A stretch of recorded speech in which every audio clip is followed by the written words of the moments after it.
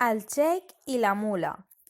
La meva història encara és més prodigiosa que les dues anteriors, però recorda que has dit que concediries el perdó a aquest comerciant si obtinc, com han fet els altres dos xeics, el tercer i últim terç de la seva sang.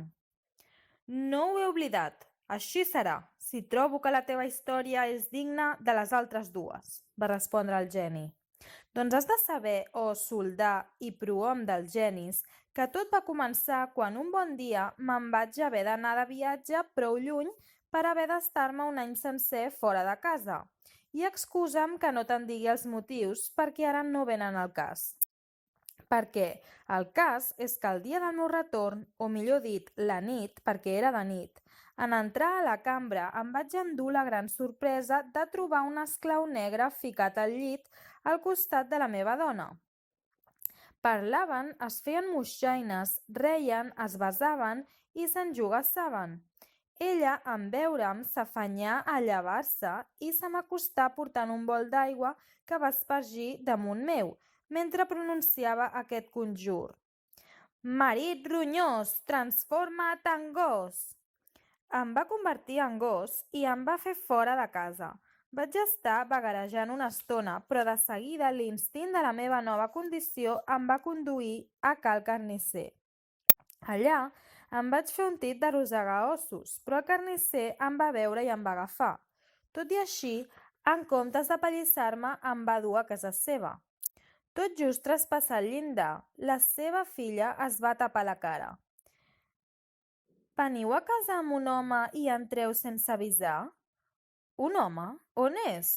Aquest gos és un home embruixat, però si voleu el puc desencantar. Filla meva, fes-ho per l'amor de Déu! Ella va agafar un bol d'aigua i va espargir una mica d'aquella aigua damunt meu, tot dient el seu conjur. Oh, gos llebrer, transforma't en allò que vas ser! En un tres i no res, em va retornar a l'estat original. Agraït, li vaig besar la mà mentre li demanava: m'hauries d'ensenyar com fer un encanteri a la mala bruixa de la meva dona. És ben fàcil, quan dormi l'heu de ruixar amb aquesta aigua i es transformarà en allò que vos vulgueu. En arribar a casa, la vaig trobar dormint i la vaig ruixar amb aquella aigua tot dient: donota traïdora, transforma't en mula pollosa. I a l'instant va aparèixer aquesta mula que ara veus amb els teus ulls. Aleshores, el tercer xeic va girar-se cap a la mula i li preguntà: no és cert tot això que he explicat? El geni, davant del gest afirmatiu de la mula, es va quedar de pedra i concedí immediatament el perdó al comerciant, que, immensament agraït, s'acomiadà dels tres xeics. Després, cadascú va prosseguir el seu camí.